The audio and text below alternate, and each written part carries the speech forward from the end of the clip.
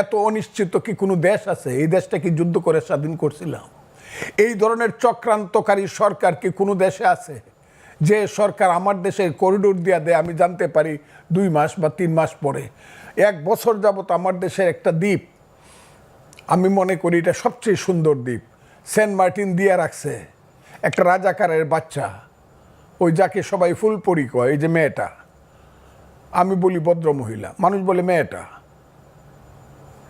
সে বড় বড় কথা বলে। 1 বছর যাবত একটা স্টিমার যাইতে পারে না ওতে, মানে এই সরকার আসার পর থেকে যাইতে পারেন না সেন্ট মার্টিনে। আপনি সমুদ্র বন্দর দিয়ে দিচ্ছেন কোন কথা বলে? আপনি বলছেন যে ভালো চালাইতে পারবে তাকেই আমি দিয়ে দিব, যে সুন্দরভাবে চালাইতে পারবে। আমার দেশ সুন্দর কি অসুন্দর ইনু সাহেব আপনি কি জানেন? আপনি যুদ্ধ করছেন, দেশটাকে আপনি সৃষ্টি করছেন, আমি সৃষ্টি করছি। যারা সৃষ্টি করছে তাদের সঙ্গে আমি ছিলাম। ওই যে ইকবাল হল থেকে সবচেয়ে বেশি ছাত্র নেতৃত্ব হয়েছে মুক্তিযুদ্ধ, আমি ছিলাম। আমি দেখছি সিরাজুল আলম খানদেরকে দেখছি, তাদের নেতা বঙ্গবন্ধু শেখ মুজিবুর রহমান কিভাবে 32 নম্বরের দোতলা থেকে আঙ্গুল তুলে কথা বলতো মার্চ মাসে, সেটা আমি দেখছি। কিভাবে পতাকা হয়েছে, স্বাধীনতার গান হয়েছে, এটা কি বলে আমাদের যে জাতীয় সঙ্গীত হয়েছে, সব দেখছি। জাহিদুর রহিম কিভাবে 2টা গান পাশাপাশি গাইছে, সিরাজুল আলম খান এই 4 নেতার সামনে বৈশা, জাহিদ ভাই গানটা গানতো আমার সোনার বাংলা আমি তোমায় ভালোবাসি। জাহিদ ভাই ওই গানটা গানতো ধনধান্যে পুষ্পে ভরা আমাদেরই বসুন্ধরা। ইকবাল হলের অতে বৈশা, গেস্ট রুমে বৈশা সবাই বলল যে এই গানটা আমাদের পছন্দ হয়েছে, কারণ 2টা গানই পছন্দের, কিন্তু যেহেতু ওইটা হইল বিশ্বকবির গান, নোবেলে আমরা পছন্দ করলাম, এই গানটা বঙ্গবন্ধু জিনিসটা চয়েস করলেন। কথাগুলো খুব বুঝবেন। সেই দেশ যুদ্ধ করে স্বাধীন করছি আমার মা, মুক্তিযুদ্ধ আমার মা, মায়ের পেট থেকে আমার দেশ বেরিয়েছে। সেই মাকে আপনি বলেন আমি শাড়ি দিতে পারি না, হইতে পারে পুরান শাড়ি পরে আমার মা, আমার মাকে আমি ভালোভাবে 3 বেলা খাবার দিতে পারি না, ঔষধ দিতে পারি না আমার মা।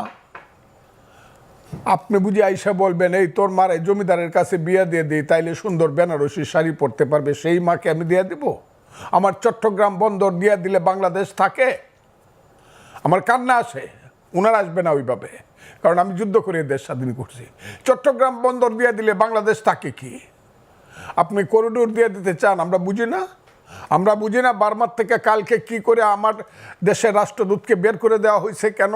ও এরা আমাদের বন্ধু রয়েছে এখনো। আমি ইউনুস সাহেব বা ইউনুস সাহেবের এইসব ধরনের ওই যে পান্ডা পুন্ডা ছেলে পেলে, আমি ফজলুর রহমান, আমি বুঝি না চীনের সঙ্গে আমার সম্পর্ক কোথায় যাবে, বার্মার সম্পর্ক আমার কোথায় যাবে। ওই জায়গাটা যে একটা গাজা উপত্যকা হবে, লেবানন হবে চিরদিনের জন্য, রাতে ঘুমাইলে পরে বোমার আওয়াজ হবে, আমি এটা বুঝি না। নাপাম বোমার আওয়াজ হবে, মেশিন গানের আওয়াজ হবে। ওই যে গাজা উপত্যকা আজকে দেখলাম 36,000 মানুষ একসাথে মারা গেছে। আমার দেশটাকে ইউনুস সাহেব নিতে চান কোথায়?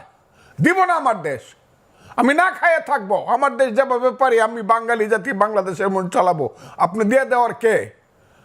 কে আপনি দিয়ে দেওয়ার? কে আপনাকে রাইট দিছে বাংলাদেশটাকে আপনি দিয়ে দিবেন বন্ধক?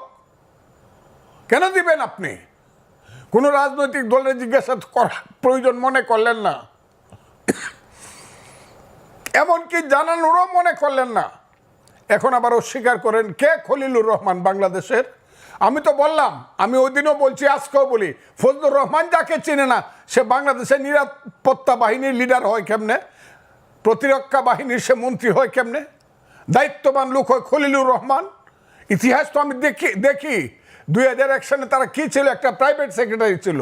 ওই প্রাইভেট সেক্রেটারি বাম হাতের নিচে থাকে রাজনীতিবিদের। গেঞ্জি যত দামি হোক কেউ শার্টের উপরে পরে না। আমলা যত বড়ই হোক রাজনীতিবিদের চেয়ে সে বড় না। আপনি ওই 11টা মানুষকে আনছেন আপনি মার্কিন নাগরিক হিসাবে, বিদেশি নাগরিক। আমি এদেরকে বলি 1757 সালের রবার্ট ক্লাইভ। সেই রবার্ট ক্লাইভ সাদা ছিল, এরা হইল কালো রবার্ট ক্লাইভ। এদেরকে দিয়ে আপনি আমার দেশের সংবিধান বদল করবেন? যে সংবিধান 30 লক্ষ লোকের রক্তের আকরে লেখা সংবিধান, ও সংবিধান তাজউদ্দিন বুঝে না? না, সৈয়দ নজরুল সংবিধান বুঝে না? আসাদুজ্জামান খানরা, মনোরঞ্জন দত্ত, ডক্টর কামাল হোসেনরা সংবিধান বুঝে না। ওই আলী রিয়াজ বুঝে সংবিধান।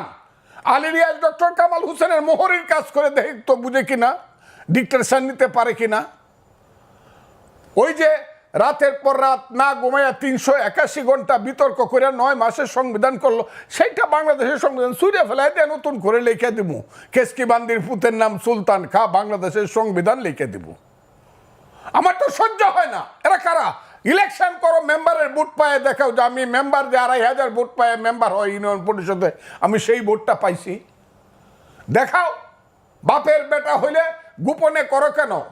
সকালবেলা একরকম কও, বিকালবেলা আর একরকম কও, অন্ধকারে রাখো, মানুষকে মুনাফেকের মতো বিশ্বাসঘাতকতা করো, ছোট ছোট বাচ্চাদেরকে দিয়ে চিলড্রেন পার্টি করাও, আর মাথার মধ্যে হাত দিয়ে বলো তোমরা হবা বাংলাদেশের নেতা। ছাত্র তরুণরা বাংলাদেশ চালাবে। সেই ছাত্র তরুণ 9-এ পড়ে, 10-এ পড়ে, মেট্রিক পাস করছে, সে যদি দেশ চালায় তাহলে তো আমি ফজলুর রহমান 70 ঊর্ধ্ব ব্যক্তি গিয়ে আমার গিয়ে ক্লাস 9-এ ভর্তি হতে হবে। ওই গোলাম মোরার ননির গিয়ে আইএ ফার্স্ট ইয়ারে ভর্তি হইতে হবে, না তো স্কুল কলেজ সব বন্ধ হয়ে যাবে। সমস্ত ছাত্ররা এখন ইউএন অফিসে গিয়া, ডিসি অফিসে গিয়া, বিভিন্ন মানে ওয়াটার বোর্ডের অফিসে গিয়ে বসে থাকে, সচিবালয়ে গিয়ে বসে থাকে, ডিসি কিভাবে পরিবর্তন করা যায়, কাম কিভাবে নেওয়া যায়, প্লট কিভাবে নেওয়া যায়। এর জন্য এই দেশটা আমরা সৃষ্টি করছিলাম। আমার দেশের সমস্ত তারুণ্য ধ্বংস হয়ে যাচ্ছে। এক একটা ছেলে 5ই আগস্টের আগে আমরা মনে করছি এরা বুঝি পৃথিবীর সবাই ফিডেল ক্যাস্ট্রো চে গুয়েভারা, আর এখন দেখা যায় আঙ্গুল ফুললে কলা গাছ, কলা গাছ ফুললে বট গাছ, বট গাছ ফুলে দুরা বট গাছ হইছে। ঘর আছে দর নাই, মানুষ আছে রাও নাই, বাড়িতে একটা ঘর নাই, দরজা নাই, সেই সব ছেলেগুলা বিমানে যায় বাড়িতে। এগুলো আমরা দেখি, আমি দেখার দরকার নেই, মানুষ দেখে এগুলা। যাদের পিছনে এক সময় 7 লক্ষ লোক মিছিল করে আসতো, তাদের পিছনে এখন 700 লোক যায় না, 150 লোক হয় না 3 দিন মাইক পারলে পরে। তাদের সাথে আবার ইউনুস সাহেব গিয়া মিটিং করে প্রথম, এনসিপি পার্টি প্রথম, আর এদের পিছনে বিএনপি যায়। আমি তারেক রহমান সাহেবকে বলবো আপনি আমাদের নেতা, বাংলাদেশের নেতা, বিএনপিকে বলবো এনসিপি যেখানে বসবে আগে তারা রেজিস্ট্রেশন করে আসুক, তারপরে আপনারা গিয়ে বসবেন। তা না হলে বসলে পরে আমাদের অপমান হয়, বাংলাদেশের মানুষের অপমান হয়। এনসিপি কে? কোথায় আছে এনসিপি? বাংলাদেশে ঢাকা শহরে কিছু ছেলে পেলে বাদ দিলে এই দেশটাকে একটা চক্রান্তের মধ্যে ফেলে দিয়ে গণতন্ত্রকে হত্যা করা হচ্ছে। এই দেশটাকে একটা চক্রান্তের মধ্যে ফেলে দিয়ে এই দেশের সমস্ত মানুষের মানবাধিকারকে হত্যা করা হচ্ছে। আর এই দেশটাকে আস্তে আস্তে ধীরে ধীরে কইলে পরেই তো আমারে বকবো। যে বকা বক্তাছে আমার উপরে ফতোয়া হয়েছে আমি মরলে নাকি আমার নামে জানাজা পড়া যাবে না, আমি নাকি কাফের। আমি কথা বললেই হবে। দেশটাকে আমরা এদের জন্য করছিলাম? এই দেশটাকে আমরা স্বাধীন করছিলাম কেন? কি স্লোগান ছিল? এই যে মুক্তিযুদ্ধ হইল, 47কে ভুল প্রমাণিত করে মুক্তিযুদ্ধ হয়েছে। 47 ভুল প্রমাণিত হয়েছে এই দেশে 52 সনে। যেদিন বলা হয়েছে আমার মায়ের ভাষা, মুখের ভাষা, যেদিন বলা হয়েছে 62 সন, 64 সনে শিক্ষা আন্দোলনে আমি বাঙালি, আমার শিক্ষা ব্যবস্থা ভিন্ন রকম হবে, বাংলা হবে উর্দুর সমান সমান একটা ভাষা, সেই দিনই তো পাকিস্তানের 47 ফলস প্রমাণিত হয়েছে।